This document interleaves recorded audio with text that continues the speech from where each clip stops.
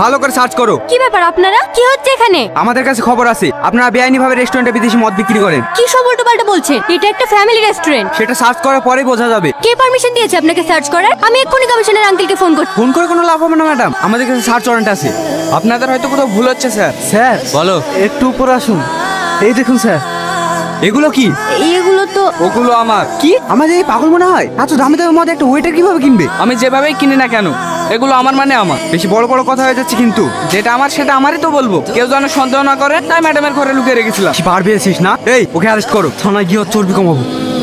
ওই ইম্পোর্টেড ওয়াইনগুলো তো সব আমার ছিল। তুমি নিজের ঘরে দোষ নিলে কেন? কাজে জয়েন করার সময় প্রতিজ্ঞা করেছিলাম ম্যাডাম, আমি এই রেস্টুরেন্টের কোনো ক্ষতি হতে দেবো না। তাই বলে আমার শাস্তি তুমি নিজে মাথা পেতে নেবে? আপনাকে সব রকম বিপদ থেকে বাঁচানো আমার কর্তব্য ম্যাডাম। তাই বলে তুমি আমার জন্য এভাবে মুখ বুজে মার খাবে? সেই দাগগুলো আমার উপরেই মানায়, আপনার না। তুমি সত্যিই অনেক ভালো মানুষ। তোমাকে সেদিন ওভাবে অপমান করা আমার উচিত হয়নি। সরি রোহন। আরে সরি কেন বলছেন? আপনার মুখ থেকে এই শব্দটা শুনতে আমার ভালো লাগে না।